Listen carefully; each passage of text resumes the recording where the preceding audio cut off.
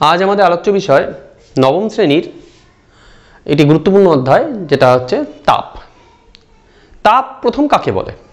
ताप हच्छे विभिन्न जे आमरा शक्तिगुलो चिनी आमादेर जे परिचित शक्तिगुलो आछे तार मধ্যে একটা হচ্ছে খুব গুরুত্বপূর্ণ একটা শক্তি হচ্ছে তাপ। বেশিরভাগ শক্তির মতনই তাপকে আমরা দেখতে পাই না, জাস্ট তাপকে অনুভব করতে পারি। যদি আমাদের জিজ্ঞেস করে যে তাপ কাকে বলে, তাহলে আমরা সংজ্ঞা হিসেবে বলতে পারি যে তাপ হলো একরকম শক্তি যা গ্রহণে বস্তু উত্তপ্ত হয় এবং যা বর্জনে বস্তু ঠান্ডা হয়। এখন ঘটনা হলো একদম আদিম কাল থেকে তাপের সম্বন্ধে একটা মতবাদ ছিল, যে মতবাদটা হচ্ছে ক্যালোরিক মতবাদ।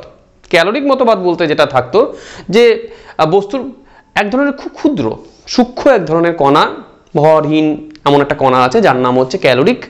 এই কণাগুলোকে যখন বস্তু গ্রহণ করছে তখন বস্তু হচ্ছে উত্তপ্ত হয়ে উঠছে এবং এই ক্যালোরিকে যখন বর্জন করে তখন বস্তু ঠান্ডা হয়ে যায়। এই মতবাদ বেশ কিছুদিন চলেছিল, যতদিন না বিজ্ঞানী Humphry Davy, Joule, James Prescott Joule এরকম বিভিন্ন বিখ্যাত বিজ্ঞানী এসে এই তত্ত্বটাকে খণ্ডন করে।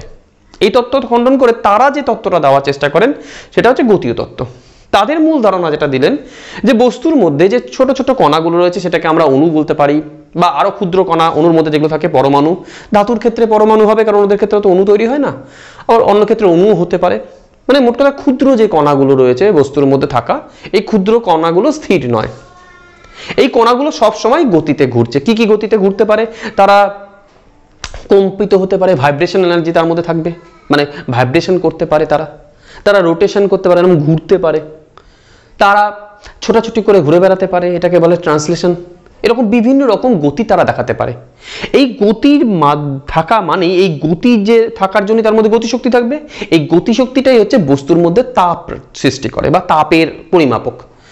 যে বস্তুর তাপ যত বেশি তার এই গতিশক্তি বেশি। মানে যে বস্তু তাপ বেশি দেবো, যদি কোনো বস্তু তাপ বেশি নিয়ে ফেলে তাহলে তার গতিশক্তি তা বেশি হয়ে যাবে, তার মানে সে বেশি ছোটাছুটি করবে, বেশি তাড়াতাড়ি ঘুরতে থাকবে, বেশি কম্পিত হবে। তাহলে এই গতিটা কখন শূন্য হবে? বস্তুকে যদি আমরা উষ্ণতা কমাতে কমাতে কমাতে কমাতে সেই পরম শূন্য উষ্ণতা মাইনাস 273 ডিগ্রি সেন্টিগ্রেডে নিয়ে যাই, অথবা 0K তে নিয়ে যাই, সেই পরম শূন্য উষ্ণতায় গিয়ে বস্তুর এই গতি শ্রান্ত ঘটবে। তাছাড়া যে কোনো উষ্ণতায় বস্তুর এই গতি আছে, অর্থাৎ বস্তুর মধ্যে তাপ রয়েছে। তাহলে বস্তুর মধ্যে কিছু না কিছু তাপ আছে, কারণ গতিশক্তিও রয়েছে বস্তুর মধ্যে। যার কম তাপ রয়েছে তার মধ্যে গতিশক্তি কম, যার বেশি তাপ রয়েছে তার মধ্যে গতিশক্তি বেশি। এবার এই গতীয় তত্ত্বের ধারণা ম্যাক্সওয়েল, বোলজম্যান এরকম বিভিন্ন বিজ্ঞানী কিন্তু তারা এই গতীয় তত্ত্বটাকে, যেমন হামফ্রে ডেভি ও জুল এনেছিলেন, এই গতীয় তত্ত্ব বিকাশে আরও তারা হেল্প করেছিলেন। এবার তাপ এমন একটা রাশি যাকে আমরা মাপতে পারি, অর্থাৎ মান আছে, কিন্তু তাপের কোনো নির্দিষ্ট দিক নেই, অভিমুখ নেই। তাহলে এরকম রাশিকে আমরা সাধারণত কি বলি? আমরা এরকম রাশিকে বলি হচ্ছে স্কেলার রাশি। তাহলে তাপ হলো এক ধরনের স্কেলার রাশি। নেক্সট, তাপের একক কি? তাপের একক হবে হচ্ছে সিজিএস পদ্ধতিতে ক্যালোরি। এটা আমাদের মাথায় রাখতে হবে। তাপের যে কণা, মানে আদিমকাল থেকে যে তাপের যে বস্তুর মধ্যে যে কণাগুলো শোষণ করলে বস্তু গরম হয়ে উঠতো, অর্থাৎ তাপের ক্ষেত্রে যে কণাগুলো কল্পনা করা হতো সেই কণাটাগুলোর নাম ছিল ক্যালোরিক। এই ক্যালোরিক থেকে এসছে এই এককটা, যার নাম হচ্ছে ক্যালোরি। সিজিএস পদ্ধতিতে তাপের একক হচ্ছে ক্যালোরি, এসআই পদ্ধতিতে তাপের একক জুল। একটা জিনিস দেখলে বুঝতে পারবো আমরা, কিন্তু যেহেতু তাপ এক প্রকার শক্তি, সেহেতু শক্তির যা একক হয় তাপেরও তাই একক হবে। মাত্রা, শক্তির যা মাত্রা তেমন তাপের মাত্রাও তাই, mL²(10⁻²), যেটা শক্তির মাত্রা, যে কোনো শক্তির মাত্রা, তাপের মাত্রাও সেম। এবার ঘটনা হচ্ছে এই জুল আর যদি আমরা হচ্ছে ক্যালোরির মধ্যে একটা তুল্যতা করতে চাই, তাহলে সেটা হবে যে 1 ক্যালোরি সমান 4.2 জুল। এবার 1 ক্যালোরি তাপ কতটা তাপ? তাহলে সেটা মাপতে গেলে আমাদের যন্ত্র লাগবে। ক্যালোরিমিটার হলো তাপ মাপার যন্ত্র। ক্যালোরিমিটার দিয়ে আমরা তাপকে মাপি। এবার 1 ক্যালোরি তাপ কাকে বলে? 1 ক্যালোরি তাপ বলতে বোঝায় আমরা যদি 1 গ্রাম ভরের কোনো বস্তু নিই, 1 গ্রাম ভরের একটা বস্তু নিলাম, তার উষ্ণতা যদি 1 ডিগ্রি বাড়াতে চাই, তাহলে 1 গ্রাম ভরের একটা বস্তু যার উষ্ণতা, যদি তার উষ্ণতা আমরা যদি 1 ডিগ্রি বাড়াতে চাই, যে তাপ দিতে হবে সেই তাপটাকে আমরা বলবো 1 ক্যালোরি তাপ। তাপ দিলে বস্তুতে কি কি পরিবর্তন সম্ভব? প্রথম যেটা হয়, 1 নম্বরে আমরা দেখব তাপ দিলে বস্তুর মধ্যে অবস্থার পরিবর্তন সম্ভব হয়। এটা আমরা জানি বস্তুর মূলত তিনটে অবস্থা আছে। কঠিন, তরল, গ্যাসীয়। এছাড়াও আমরা জানি কিছু অবস্থা আছে, যেমন একটা হচ্ছে বোস আইনস্টাইন কনডেন্স, বা এটাকে বেক বলতে পারি আমরা, এই একটা অবস্থা আছে। এছাড়া প্লাজমা অবস্থা, এরকম বেশ কিছু অবস্থা আছে। আমরা সাধারণত যেটা দেখতে পাচ্ছি সেই তিনটে অবস্থায় নিচ্ছি, কঠিন, তরল, গ্যাসীয়। জল এমন একটা বস্তু যার মধ্যে আমরা স্বাভাবিকই খুব সহজে এই তিনটে অবস্থা, মানে কঠিন অবস্থা, তরল অবস্থা ও গ্যাসীয় অবস্থা দেখতে পাই। জলের কঠিন অবস্থা হচ্ছে বরফ দেখতে পাই, তরল অবস্থা হচ্ছে জল, আর গ্যাসীয় অবস্থা হচ্ছে জলীয় বাষ্প। তিনটে অবস্থাই আমাদের কাছে আমরা চোখের সামনে দেখতে পাই। বস্তুকে, মানে আমরা যদি একটা বরফ নিই, বরফকে যদি তাপ দিই, তাহলে তা গলে, বরফ গলে হচ্ছে জলে পরিণত হবে, অর্থাৎ কঠিন থেকে তরলে হলো। আবার তরলকে যদি উত্তপ্ত করি, তা উত্তপ্ত করলে ফুটে বাষ্পে পরিণত হবে, অর্থাৎ তরল থেকে বাষ্পে পরিণত, মানে তরল থেকে গ্যাসে পরিণত হলো। তাহলে তাপ দিলে অবস্থার যে পরিবর্তনগুলো সবই হতে পারে। এটার উল্টোও হতে পারে, যদি আমরা বাষ্প থেকে, মানে জলীয় বাষ্প থেকে যদি তাপ বের করে নিই, তাহলে সেটা জলে পরিণত হবে। জল থেকে তাপ বের করে নিলে তা বরফে পরিণত হবে। অর্থাৎ তাপের আদান প্রদানে অবস্থার পরিবর্তন হয়। 2 নম্বর পয়েন্ট, উষ্ণতার পরিবর্তন। আমরা বস্তুর তাপকে দেখতে পাই না, বস্তুর মধ্যে তাপ ঢুকলো বেরোলো এটা কিন্তু আমাদের পক্ষে দেখা সম্ভব নয়, কিন্তু তাপ যে বস্তুতে ঢুকলো বা বেরোলো তার প্রমাণ হিসেবে আমরা যেটা জানতে পারি সেটা হচ্ছে উষ্ণতা।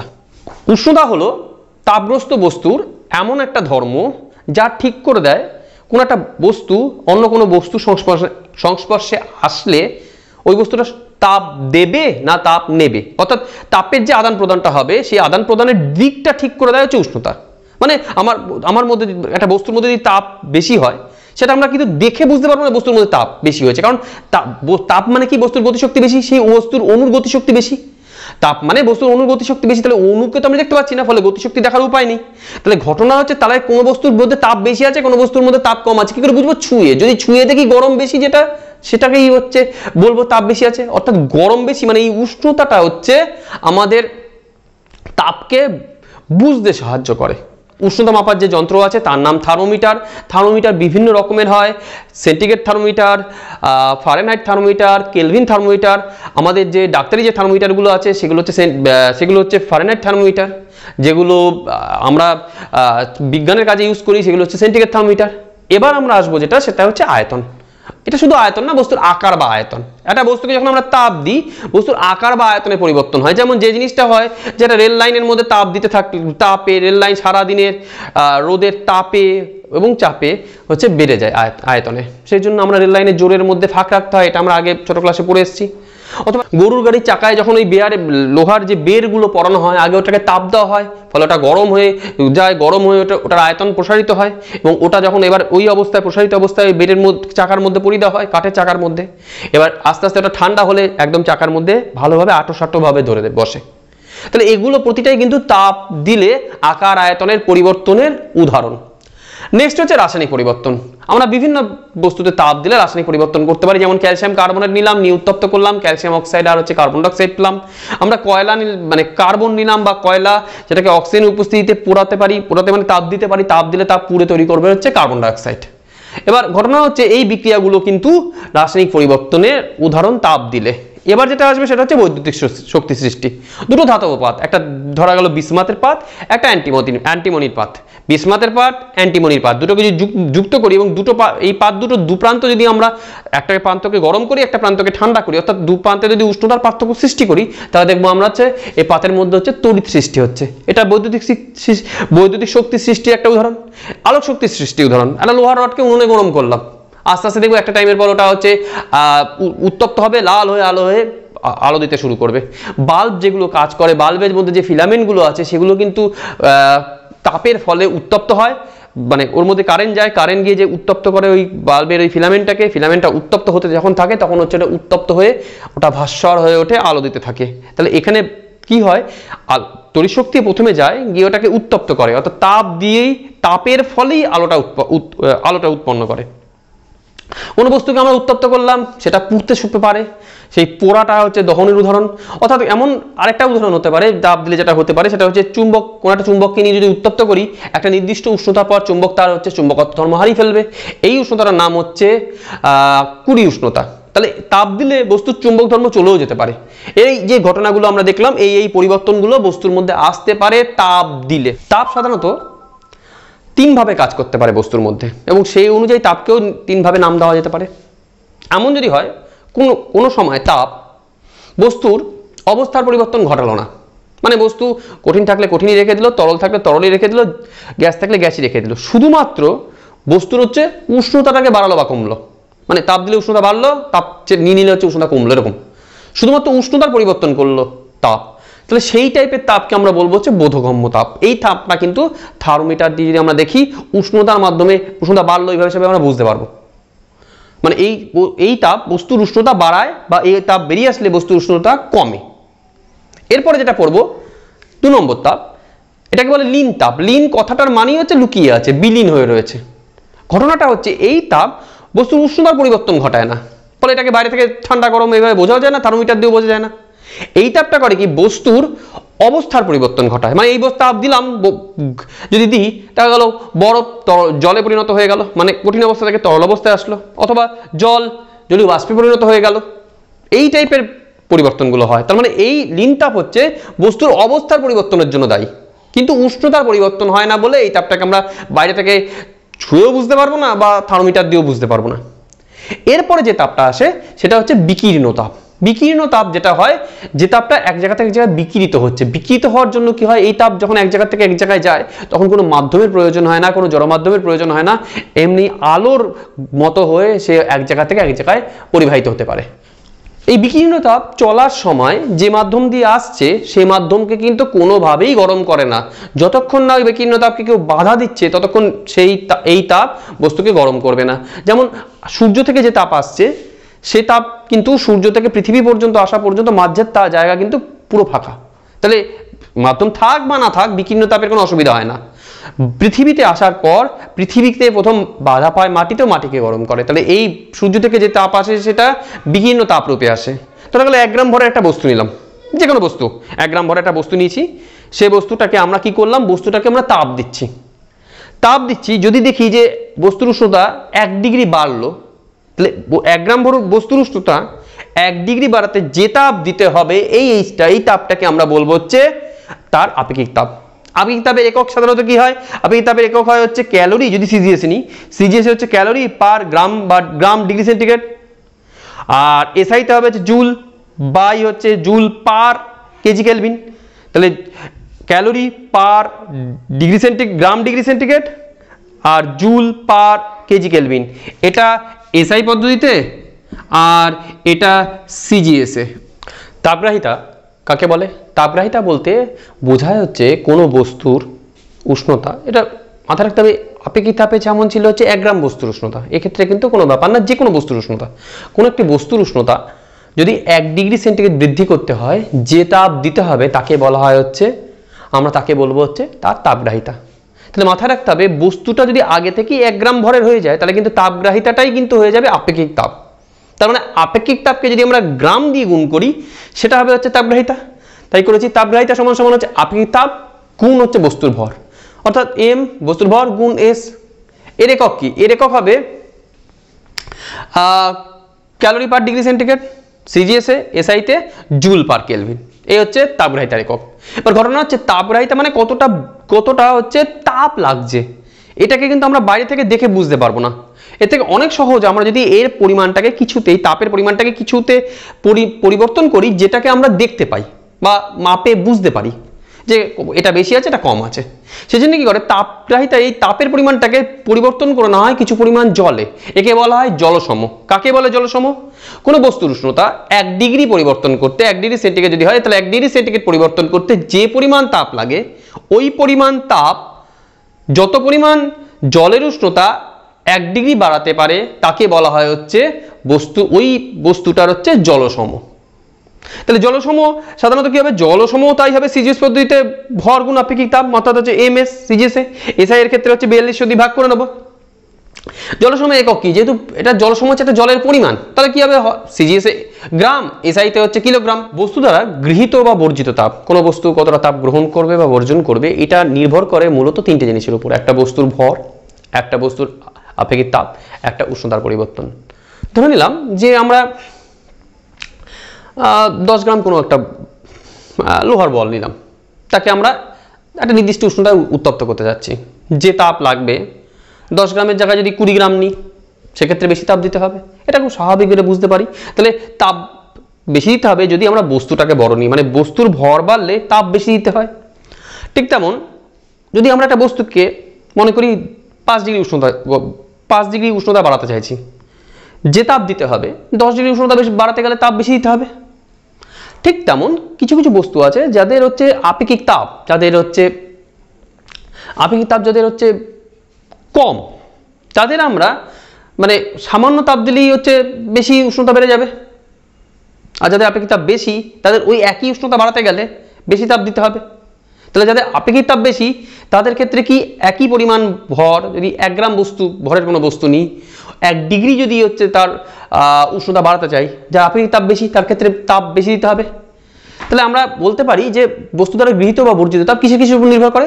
1 বস্তুর ভর, 2 বস্তুর আপেক্ষিক তাপ, 3 উষ্ণতার পরিবর্তন। নেক্সট এবার আপেক্ষিক তাপটা যদি ধরছি যে বস্তুর আপেক্ষিক তাপ হচ্ছে S, ভর হচ্ছে m আর T হচ্ছে উষ্ণতা। বস্তুর আপেক্ষিক তাপ S মানে কি? 1 গ্রাম বস্তুর উষ্ণতা 1 ডিগ্রি বাড়াতে তাপ লাগছে হচ্ছে S। এবার 1 গ্রাম বস্তুর উষ্ণতা যদি 1 ডিগ্রি বাড়ি T ডিগ্রি বাড়াই তাহলে কত লাগবে তাপ? ST। একদম ঐকিক নিয়ম। m গ্রাম বস্তুর উষ্ণতা যদি আমরা T ডিগ্রি সেন্টিগ্রেড বাড়াতে চাই তাহলে কতটা লাগবে? MST। তাহলে এখানে গৃহীত তাপ ইজ ইকুয়াল টু H যদি ধরি, গৃহীত তাপ H ইজ ইকুয়াল টু হলো MST। তাহলে গৃহীত বা বর্জিত তাপ প্রত্যেক ক্ষেত্রেই যে ভ্যালুটা দাঁড়ায় সেটা হচ্ছে ভর গুণ আপেক্ষিক তাপ গুণ তার উষ্ণতা পরিবর্তন। এটা দিয়ে আমরা এই সূত্র কাজে লাগিয়ে অঙ্কগুলো তো কাজে লাগাতে পারি, যেক্ষেত্রে আমাদের গৃহীত বা বর্জিত তাপের মান নির্ণয় করতে দেবে। এরপরে আমরা পড়ছি হচ্ছে ক্যালোরিমিতির মূলনীতি। ক্যালোরি কথাটার মানে তো তাপ, মিতি মানে কি? মিতি কথাটা আমরা পেয়েছি কোথায়? জ্যামিতি, পরিমিতি। প্রত্যেক ক্ষেত্রে মিতি কথাটার মানে হচ্ছে পরিমাপ করা। অর্থাৎ পদার্থবিদ্যার যে শাখায় আমরা হচ্ছে তাপকে নিয়ে পরিমাপ করি বা তাপের পরিমাপ সংক্রান্ত উপায়গুলো নিয়ে বা তাপের পরিমাপ নিয়ে আলোচনা করি, সেটাকে আমরা বলবো হচ্ছে ক্যালোরিমিতি। ক্যালোরিমিতির মূলনীতিতে কি বলছে? খুব সহজ জিনিস, দুটো বস্তু, একটা বস্তু গরম বস্তু আর একটা বস্তু ঠান্ডা বস্তু, এদের আমরা পাশাপাশি রাখলাম, কি ঘটবে? এটা আমরা সবাই জানি কি হবে, যে ঠান্ডা বস্তুটা হচ্ছে গরম বস্তুর তাপ ছাড়বে, ঠান্ডা বস্তু ওই তাপটা গ্রহণ করবে। কতক্ষণ চলবে এই ব্যাপারটা? না, যতক্ষণ হচ্ছে গরম ঠান্ডা দুটো বস্তু না হচ্ছে ততক্ষণ এই তাপের আদান প্রদান চলতে থাকবে।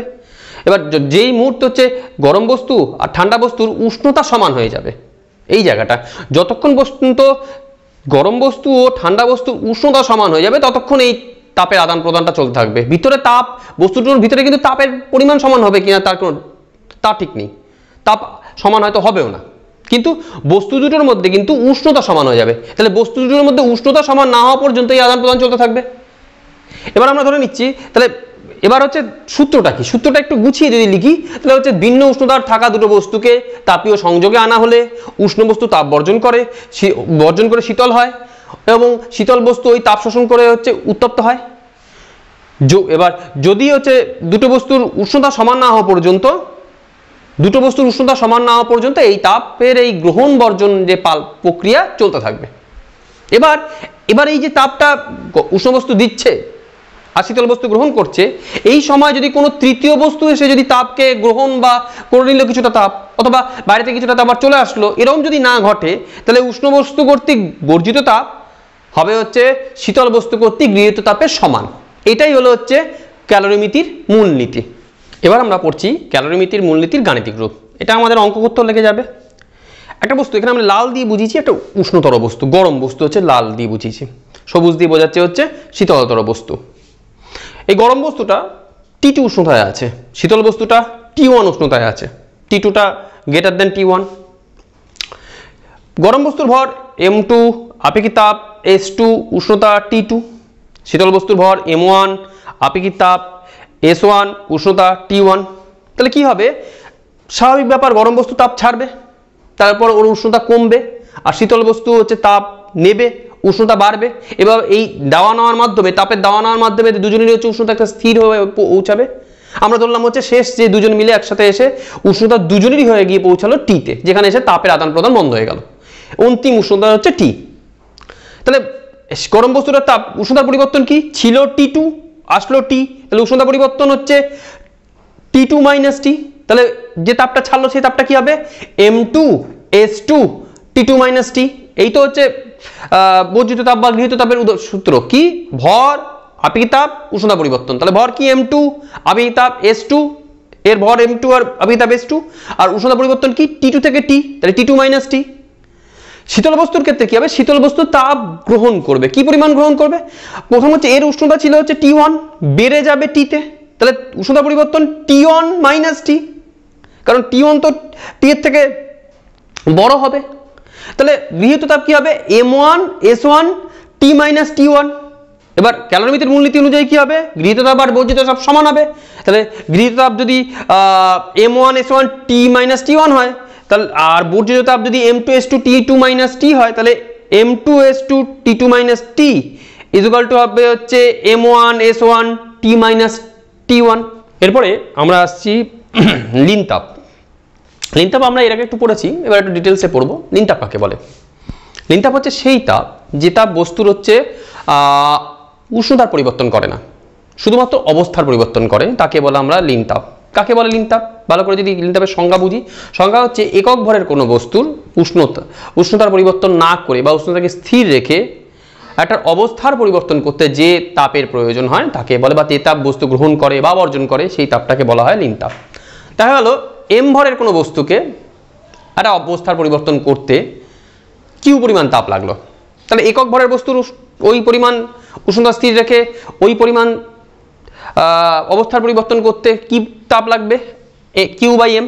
এই কিউ বাই এম কি বলা হয় হচ্ছে লীন তাপ। লীন তাপকে যদি এল দিয়ে লিখি তাহলে L is equal to Q by M, তাহলে কিউ ইজ ইকুয়াল টু কি হবে, কিউ ইজ ইকুয়াল টু হবে এম গুণ এল। এটা কিন্তু লীন তাপ সংক্রান্ত বস্তুর ক্ষেত্রে, মানে বস্তুর একটা অবস্থার পরিবর্তন যখন হচ্ছে সেক্ষেত্রে বস্তুতে কি পরিমাণ তাপ লাগবে তার সূত্র হচ্ছে Q is equal to M into L. এটা এবার ঘটনা হচ্ছে লীন তাপের মাত্রা কি হবে, লীন তাপের মাত্রা, লীন তাপ ইজ ইকুয়াল টু যেহেতু কিউ বাই এম, তাহলে লীন তাপের মাত্রা হবে তাপ শক্তি বাই ভর। তাপ শক্তির মাত্রা হচ্ছে M L square T to the power -2 by ভরের মাত্রা এম, ভাগ করলে দ্বারা হবে এল square T to the power -2। এই হচ্ছে লীন তাপের মাত্রা। লীন তাপের একক ক্যালোরি পার গ্রাম সিজিএস পদ্ধতিতে, এসআই পদ্ধতিতে হবে হচ্ছে জুল পার কেজি। তো সাধারণত আমরা যা দেখেছি তিনটে অবস্থা আছে, কঠিন, তরল, গ্যাসীয়। সাধারণত কঠিন থেকে বস্তুকে তরল বানাতে গেলে বা তরল থেকে গ্যাসীয় বানাতে গেলে আমাদের উষ্ণতা, আমাদের হচ্ছে তাপ দিতে হয়। এদের আমরা বলি উচ্চ তাপীয় অবস্থায়, কারণ যত আমরা হচ্ছে উপরের দিকে যাবো, মানে কঠিন থেকে তরলে যাবো, তরল থেকে গ্যাসে যাবো, তাপ বাড়াতে হবে, তাপ দিতে হবে, এদের বলে উচ্চ তাপীয় অবস্থা। আর যদি উল্টো করি, গ্যাসের থেকে যদি তরলে আসি, তরল থেকে যদি কঠিনে আসি, এদের বলা হচ্ছে নিম্ন তাপীয় অবস্থা। তাহলে এখন আমাদের কাছে এই কঠিন থেকে তরল মানে এই উচ্চ তাপীয় অবস্থাগুলোতে যেতে গেলে তাপ দিতে হয়, নিম্ন তাপীয় অবস্থাগুলোতে আসতে গেলে হচ্ছে তাপ নিতে হয়। এবার এরকম কি কি পরিবর্তন হতে পারে? প্রথম হতে পারে গলন হতে পারে, বাষ্পীভবন হতে পারে, ঘনীভবন, হিমায়ন, ঊর্ধ্বপাতন, অবপাতন। কি কি এই ঘটনাগুলো? গলন কি জিনিস? গলন হচ্ছে কঠিন বস্তুকে যখন আমরা হচ্ছে গলিয়ে তরলে পরিণত করছি, এটা হচ্ছে গলন। এবার হচ্ছে বাষ্পীভবন। বাষ্পীভবন কি? বাষ্পীভবন মানে তরল যে কোনো অবস্থা, আমরা যদি তরল দেখি, তরল যে কোনো অবস্থায় হচ্ছে কিছু কিছু পরিমাণ হচ্ছে তরল অবস্থা থেকে বাষ্পে পরিণত হয়ে যাচ্ছে, এই প্রক্রিয়াটাকে আমরা বলি হচ্ছে বাষ্পীভবন। এবার আসে হচ্ছে স্ফুটন। স্ফুটন কি? যে মানে কোনো একটা সময় আমরা দেখবো তরল হচ্ছে ফুটতে শুরু করেছে, ফুটে বাষ্পে পরিণত হবে, মানে বাষ্পীভবনটা সবসময় ঘটছে তরলের উপর থেকে। আর স্ফুটনের ক্ষেত্রে কি হয়? স্ফুটনের ক্ষেত্রে হচ্ছে একটা নির্দিষ্ট উষ্ণতা থাকে, সেই উষ্ণতায় তরলটা হচ্ছে ফুটতে থাকে। নেক্সট হচ্ছে ঘনীভবন। কি? ঘনীভবন হচ্ছে কোনো একটা বাষ্প নিলাম, সেই বাষ্পটা যখন জমে গিয়ে ঠান্ডা বস্তুর উপস্থিতিতে জমে গিয়ে বা ঠান্ডা হয়ে জমে গিয়ে যখন তরলে পরিণত হয় তখন আমরা তাকে বলি হচ্ছে ঘনীভবন।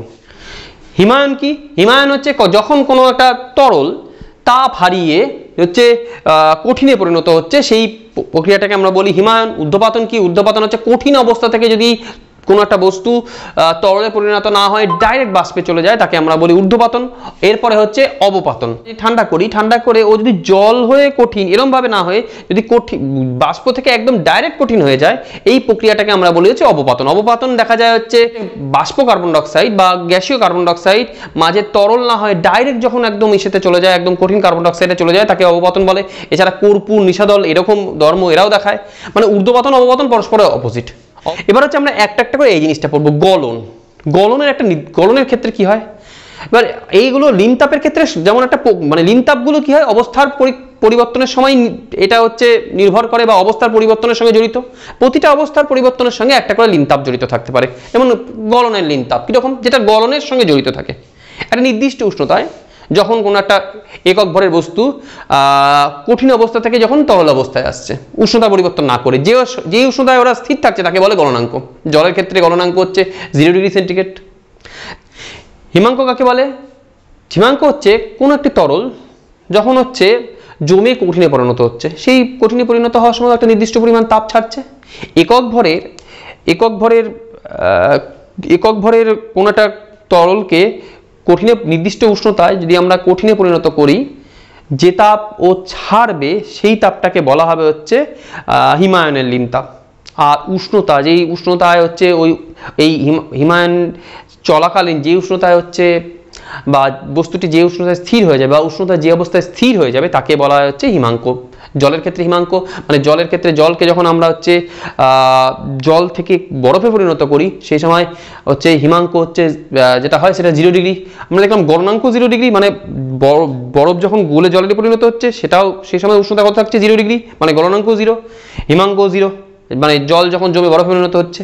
সাধারণত যখন কোনো কেলাসাকার পদার্থ হয় তাদের ক্ষেত্রে হচ্ছে গলনাঙ্ক হিমাঙ্ক সমান হয়। শুধুমাত্র যদি কোনো একটা অনিয়তাকার পদার্থ নিই, অনিয়তাকার পদার্থ, মিশ্র পদার্থ, এই সবগুলো মানে অনিয়তাকার মানে হচ্ছে তাদের হচ্ছে অকেলাসাকার, এইসব পদার্থগুলোর ক্ষেত্রে হচ্ছে গলনাঙ্ক স্ফুটনাঙ্ক কোনো নির্দিষ্ট থাকে না।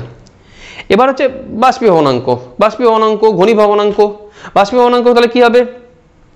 বাষ্পীভবনাঙ্ক ওরকমভাবে কোনো রকম উষ্ণতা থাকতে পারে না, যে কোনো উষ্ণতাতেই হচ্ছে বাষ্পীভবন হতে পারে। কিন্তু স্ফুটনাঙ্ক কাকে বলবো? স্ফুটনাঙ্ক হচ্ছে কোনো একটা নির্দিষ্ট মানে 100 ডিগ্রি উষ্ণতায়, যেমন জলের ক্ষেত্রে হবে, মানে প্রত্যেক ক্ষেত্রে আলাদা হবে। কোনো নির্দিষ্ট উষ্ণতায় তরল যখন হচ্ছে ফুটতে শুরু করবে, প্রত্যেক অঞ্চল থেকে ফুটতে শুরু করবে এবং ফুটে হচ্ছে বাষ্পে পরিণত হতে শুরু করবে, এই যে উষ্ণতায় স্ফুটনটা শুরু হবে তাকে বলা হয় হচ্ছে স্ফুটনাঙ্ক।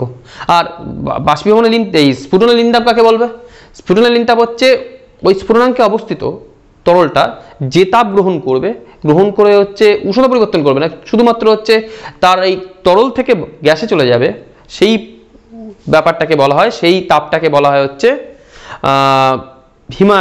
স্ফুটনের লিনতাপ। গলনাঙ্ক হলো কঠিন থেকে তরল অবস্থা পরিবর্তনের সময়। কঠিন যখন তরলে পরিণত হচ্ছে অবস্থায় তখন আমরা তাপ দিচ্ছি, মানে লিনতাপ দিচ্ছি। এখানে কি লিনতাপ দেবো? গলনের লিনতাপ দিচ্ছি। এই গলনের লিনতাপ দেওয়ার সময় কঠিন তরলে পরিণত হচ্ছে কিন্তু উষ্ণতাটা স্থির হয়ে যাচ্ছে, উষ্ণতা পরিবর্তন করছে না কিন্তু, মানে কঠিন তরলে পরিণত হচ্ছে অর্থাৎ কারণ এখানে যেহেতু এই তাপটা লিনতাপটা যেহেতু হচ্ছে কি করছে, কঠিনকে তরলে পরিণত করছে, অবস্থার পরিবর্তন করছে, একটা কাজ করছে, এই জন্য উষ্ণতার পরিবর্তন করছে না। এই তাপটা এই যে উষ্ণতা পরিবর্তন করছে না, একটা নির্দিষ্ট উষ্ণতায় স্থির হয়ে থাকবে। এই গোটা প্রক্রিয়াটা যতক্ষণ হবে, মানে পুরো কঠিনটা যতক্ষণ না তরলে পরিণত হচ্ছে ততক্ষণ ওই সিস্টেমের উষ্ণতা, ওই পাত্রের উষ্ণতা, ওই পদার্থের উষ্ণতা স্থির হয়ে থাকবে। যে উষ্ণতায় স্থির হয়ে থাকবে তাকে বলা হয় হচ্ছে গলনাঙ্ক। টি এর যদি সংজ্ঞা হিসেবে বলতে চাই, প্রমাণ চাপে নির্দিষ্ট পরিমাণ যদি আমি একটা কঠিন পদার্থ নিই, কঠিন পদার্থকে যখন আমরা তাপ দিয়ে তাকে হচ্ছে তরলে পরিণত করছি, এই প্রক্রিয়া তরলে পরিণত হওয়ার প্রক্রিয়া শুরু থেকে শেষ হওয়া পর্যন্ত মানে যতক্ষণ সম্পূর্ণ পদার্থ না তরলে পরিণত হয়ে যাচ্ছে ততক্ষণ এই সিস্টেমের বা এই কঠিন পদার্থের উষ্ণতা স্থির থাকে। যতক্ষণ হচ্ছে এই প্রক্রিয়াটা চলবে উষ্ণতা স্থির থাকবে। এই যে উষ্ণতায় এই প্রক্রিয়াটা চলবে বা যে উষ্ণতা এই প্রক্রিয়া চলাকালীন যে উষ্ণতায় স্থির হয়ে রয়েছে পদার্থের, মানে যে এই প্রক্রিয়ার উষ্ণতাটা স্থির হয়ে রয়েছে, এই উষ্ণতাটাকে বলা হবে গলনাঙ্ক। হিমাঙ্ক কাকে বলবে? ঠিক উল্টোটা, তরল যখন কঠিনে পরিণত হচ্ছে। তাহলে আমরা কি করছি? তরল যখন কঠিনে পরিণত করছি আমরা তাপ বের করে নিচ্ছি, কারণ এটা নিম্নতাপীয় প্রক্রিয়া। তাহলে তরল থেকে যখন পুরো তরলটা তখন কঠিনে পরিণত হচ্ছে ততক্ষণ কিন্তু উষ্ণতার পরিবর্তন হবে না। তাহলে এই উষ্ণতাটাকে আমরা বলবো হচ্ছে হিমাঙ্ক। কাকে বলে হিমাঙ্ক? একটা নির্দিষ্ট চাপে নির্দিষ্ট পরিমাণ যদি আমরা একটা নির্দিষ্ট পরিমাণ যদি তরল নিলাম, সেই তরলটাকে আমরা হচ্ছে জমিয়ে বা তরলটাকে হচ্ছে তাপ নির্গত করে তাপ বের করে যদি কঠিনে পরিণত করি, এই যে পরিবর্তনটা হচ্ছে তরল থেকে কঠিন, এই পরিবর্তনটা হচ্ছে এই প্রক্রিয়ার শুরু থেকে প্রক্রিয়াটা শেষ পর্যন্ত, মানে যতক্ষণ না পুরো তরলটা কঠিনে পরিণত হয়ে যাচ্ছে এই সিস্টেমের উষ্ণতা, এই পাত্রের উষ্ণতা, বিক্রিয়া পাত্রের উষ্ণতা হচ্ছে স্থির থাকছে। যে উষ্ণতায় স্থির থাকছে সেই উষ্ণতাকে আমরা বলছি হচ্ছে হিমাঙ্ক। জলের ক্ষেত্রে গলনাঙ্ক হিমাঙ্ক দুটোই হচ্ছে সেম, দুটোই হচ্ছে 0 ডিগ্রি সেন্টিগ্রেড। বরফ যখন হচ্ছে 0 ডিগ্রি সেন্টিগ্রেড থাকে তাকে যদি আমরা হচ্ছে তাপ দিই তখন সে হচ্ছে গলে জলে পরিণত হয়। আবার যদি জল 0 ডিগ্রি সেন্টিগ্রেড উষ্ণতায় থাকে তখন আমরা যদি তাকে হচ্ছে তার থেকে যদি তাপ বের করে নিই তাকে আমরা হচ্ছে বরফে পরিণত করতে পারি। এবার হচ্ছে স্ফুটনাঙ্ক। স্ফুটনাঙ্ক সাধারণত জলের স্ফুটনাঙ্ক 100 ডিগ্রি। কাকে বলে স্ফুটনাঙ্ক? যখন জল বা কোনো একটা তরল, যদি জল না দিয়ে তরল নিই, কোনো একটা তরল যখন ফুটে, যখন তরলের মধ্যে স্ফুটন, নির্দিষ্ট পরিমাণ একটা তরল নিয়েছি, সেই তরলের একটা নির্দিষ্ট তরলের, যখন আমরা একটা নির্দিষ্ট তরলের তাকে আমরা নির্দিষ্ট একটা চাপে রেখেছি, তার হচ্ছে তাকে আমরা যখন তাপ দিয়ে তাকে হচ্ছে তরলটাকে ফুটিয়ে বাষ্পে পরিণত করছি, এই ফুটনটা যখন শুরু হচ্ছে ঠিক এই অবস্থা থেকে শুরু করে একদম সব তরল ফুটে যখন বাষ্পে পরিণত হয়ে যাচ্ছে, এই প্রক্রিয়া, এই অবস্থা পর্যন্ত হচ্ছে ওই পাত্রের উষ্ণতা স্থির থাকছে। যে উষ্ণতায় স্থির থাকবে সেই উষ্ণতাটাকে বলবো আমরা স্ফুটনাঙ্ক। সাধারণত তরলের ক্ষেত্রে স্ফুটনাঙ্ক হচ্ছে, সাধারণত জলের ক্ষেত্রে স্ফুটনাঙ্ক হচ্ছে 100। অর্থাৎ জল যখন কোনো একটা নির্দিষ্ট চাপে, যখন আমরা নির্দিষ্ট পরিমাণ জলকে ফোটানো শুরু করেছি, তখন ওই নির্দিষ্ট জলকে আমরা যখন একটা জলকে ফোটানো শুরু করি, তখন যতক্ষণ না পুরো জলটা ফুটে বাষ্পে পরিণত হচ্ছে, ততক্ষণ পাত্রের উষ্ণতা 100 ডিগ্রিতেই থেকে যায়। এবার হচ্ছে ঘনীভবনাঙ্ক। ঘনীভবনাঙ্ক হচ্ছে যখন বাষ্প থেকে তরলে পরিণত হয়, যখন একটা নির্দিষ্ট চাপে আমরা হচ্ছে কোনো একটা নির্দিষ্ট তরলকে বাষ্পে পরিণত করছি, এই ঘনীভবন শুরু থেকে ঘনীভবনের শেষ পর্যন্ত। ঘনীভবনাঙ্ক কাকে বলে? ঘনীভবনাঙ্ক হচ্ছে যখন আমরা বাষ্প থেকে তরলে পরিণত করছি, বাষ্পটাকে জমিয়ে যখন তরলে পরিণত করছি, এটা নিশ্চয়ই তাপ বের করতে হবে, যেহেতু এটা নিম্নতাপীয় প্রক্রিয়া। তাহলে একটা নির্দিষ্ট চাপে কিছু পরিমাণ যদি আমরা বাষ্প নিই, সেই বাষ্পকে যখন ঘনীভবন করে আমরা হচ্ছে তরলে পরিণত করছি, এই ঘনীভবন শুরু হওয়া থেকে সম্পূর্ণ হওয়া পর্যন্ত, মানে সম্পূর্ণ বাষ্প তরলে হওয়া পর্যন্ত একটা নির্দিষ্ট উষ্ণতায় থেকে যায় এই পাত্রটা। যে উষ্ণতায় থেকে যায় বা যে উষ্ণতায় হচ্ছে এই ঘনীভবনটা চলে, তাকে আমরা বলি হচ্ছে ঘনীভবনাঙ্ক।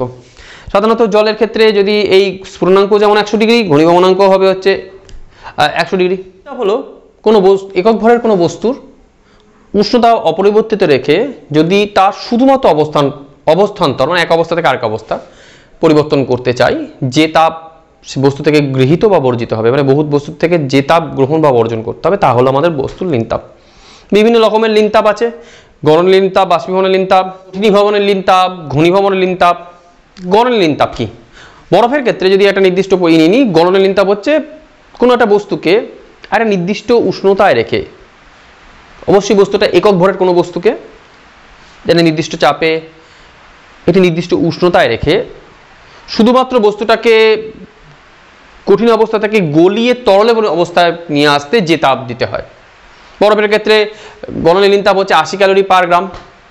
অর্থাৎ ধরুন 1 গ্রাম বরফ এই অবস্থায় আছে, এই অবস্থায় রয়েছে 1 গ্রাম বরফ, তার তাপীয় অবস্থাটা এখানে, তাকে আমরা কি করলাম, জলে নিয়ে আসতে হবে। তার মানে তার তাপীয় অবস্থাকে বাড়াতে হবে, এইখানে নিয়ে আসতে হবে, তাপীয় অবস্থাকে বাড়াতে হবে।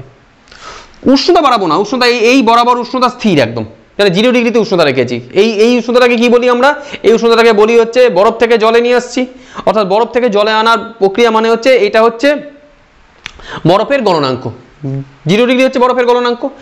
এবার এই যে বরফের উষ্ণতাটাকে, যেহেতু উচ্চ তাপীয় প্রক্রিয়া, জল হচ্ছে উচ্চ তাপে আছে বরফের তুলনায়, তাহলে কতটা তাপ দিতে হবে? প্রতি গ্রাম বরফে 80 ক্যালোরি করে তাপ দিতে হবে, তাহলে বরফ জলে পরিণত হবে। তাহলে 1 গ্রাম বরফ আসলো, 80 ক্যালোরি তাপ দিলাম। বরফ 1 গ্রাম বরফ 0 ডিগ্রি সেন্টিগ্রেড থেকে স্টার্ট করেছিল, এখানে কিন্তু 0 ডিগ্রিতেই থাকবে। তাহলে 1 গ্রাম বরফ জাস্ট 1 গ্রাম জলে হয়ে গেল। 2 গ্রাম বরফ নিয়ে এসছে, 2 গ্রাম বরফকে আমরা জলে নিয়ে আসতে চাই, 0 ডিগ্রি সেন্টিগ্রেড জলে আনতে চাই, তাহলে 2 গ্রাম বরফের ক্ষেত্রে 80 160 ক্যালোরি। তাহলে 2 গ্রাম বরফের ক্ষেত্রে 160 ক্যালোরি তাপ দেবো। 2 গ্রাম বরফ হচ্ছে 0 ডিগ্রি সেন্টিগ্রেড উষ্ণতায় বরফের থেকে 0 ডিগ্রি সেন্টিগ্রেড উষ্ণতায় জলে পরিণত হয়ে যাবে। এবার ঘটনা হচ্ছে যেটা, তাহলে এক্ষেত্রে আমাদের এই যে তাপ যেটা পরিবর্তন হচ্ছে, সেটা তাপ সমান কি হবে? তাপ সমান হবে m গুণ l। লিনতাপটা এখানে 80 করে, 80 তাকে হচ্ছে যে পরিমাণ ভর, যে যত ভরেরকে আমি ওই অবস্থান্তরটা করতে চাইছি, তাহলে m l হচ্ছে তাপের পরিমাণ এখানে। এবার হচ্ছে বাষ্পীভবনের লিনতাপ। বাষ্পীভবনের মানে হচ্ছে একক ভরের কোনো একটা তরল নিচ্ছি, সেই তরলকে আমরা হচ্ছে উষ্ণতার পরিবর্তন না করিয়ে একদম উষ্ণতা কোথায় রাখছি? উষ্ণতা ঠিক হচ্ছে স্ফুটনাঙ্কতে রেখে দিচ্ছি।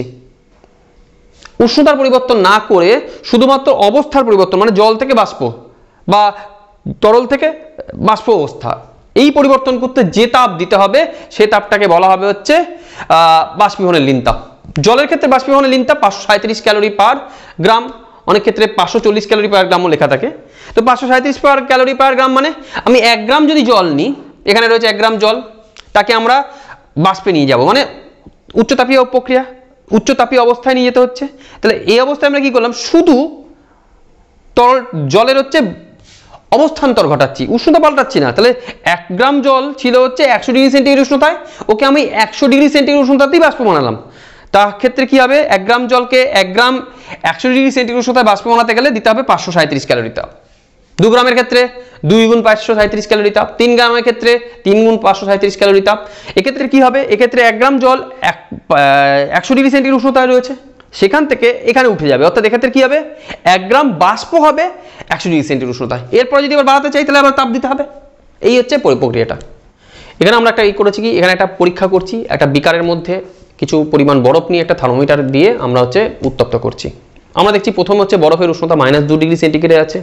আমরা পাত্রটাকে উত্তপ্ত করা শুরু করলাম, দেখলাম আস্তে আস্তে পাত্রটা হচ্ছে পাত্রের হচ্ছে উষ্ণতা বাড়ছে, থার্মোমিটারের উষ্ণতা বাড়ছে, কিন্তু বরফ গলছে না। যতক্ষণ না আমরা দেখছি পাত্রের উষ্ণতা বাড়তে বাড়তে 0 ডিগ্রি সেন্টিগ্রেড এসে গেল, বরফ ততক্ষণও গলেনি। এবার কি হলো, আমরা দেখবো এবার বরফের গলা শুরু হচ্ছে, কিন্তু উষ্ণতার পরিবর্তন ঘটছে না।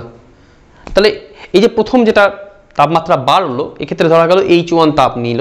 এই H1 তাপটা কিন্তু বোধগম্য তাপ, কারণ থার্মোমিটার দিয়ে ধরতে পেরেছিলাম, উষ্ণতাটাকে পাল্টেছে, আমরা বুঝতে পেরেছি। এবার আমরা দেখব বরফ গলে জলে পরিণত হচ্ছে, অথচ তাপ নিচ্ছে অবশ্যই, কিন্তু উষ্ণতার কোনো পরিবর্তন করছে না। আমরা জানি এটা লিন তাপের ক্ষেত্রে কাজ হয়, কারণ লিন তাপের ক্ষেত্রে তো তাপকে আমরা থার্মোমিটারে ধরতে পারি না, ফলে আমরা এই থার্মোমিটারে এই তাপটাকে ধরতে পারছি না।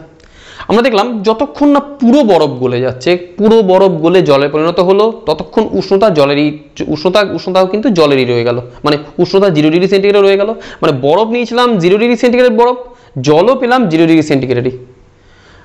এই ক্ষেত্রে যে তাপটা পাই, এই H2 তাপটা তাহলে হচ্ছে লিন তাপ। এটা কি লিন তাপ, এটা বরফ গলানোর লিন তাপ। তাহলে ML1 হচ্ছে এই যে তাপটা লাগলো, M হচ্ছে বরফের পরিমাণ, আর L আমরা জানি বরফের ক্ষেত্রে বরফ গলানোর লিন তাপ হচ্ছে 80 ক্যালোরি পার গ্রাম। তাহলে 80 ক্যালোরি দিয়ে গুণ করবো, এখানে L এর মান হচ্ছে 80, আর M এর মান যে পরিমাণ বরফ ভর দেবে সেই মান বরফের ভর।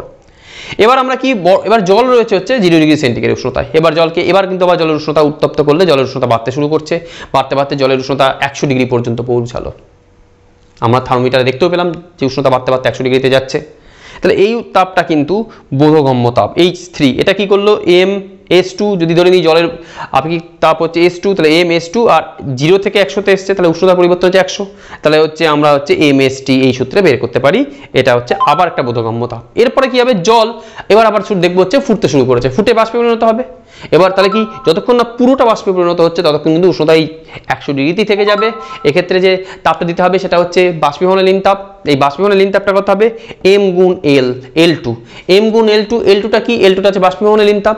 জলের ক্ষেত্রে যেটা 537 ক্যালোরি পার গ্রাম, তাহলে M এর ভর দিয়ে দিলে আমরা এখানে বের করতে পারি। তাহলে এই পুরো প্রক্রিয়ায় মোট তাপ কি হবে, H1 plus H2 plus H3 plus H4। এক্ষেত্রে মনে রাখতে হবে বোধগম্য তাপের সূত্র হচ্ছে MST, আর লিন তাপ যে ক্ষেত্রে থাকবে সূত্র হচ্ছে ML। এই দুটো সূত্র আমাদের কাজে লাগাতে হবে। এগুলো হচ্ছে তাপের সূত্র, এগুলো দিয়ে আমরা হচ্ছে অঙ্ক করতে পারবো। বিজ্ঞানী জেমস প্রেস্কট জুল তিনি তাপ ও কার্য এদের একটা তুল্যতা এনেছিলেন। উনি বলেছিলেন, বা উনি বিভিন্ন পরীক্ষায় উনি দেখিয়েছিলেন যে তাপ আর কার্য হলো একই শক্তির দুটো আলাদা রূপ।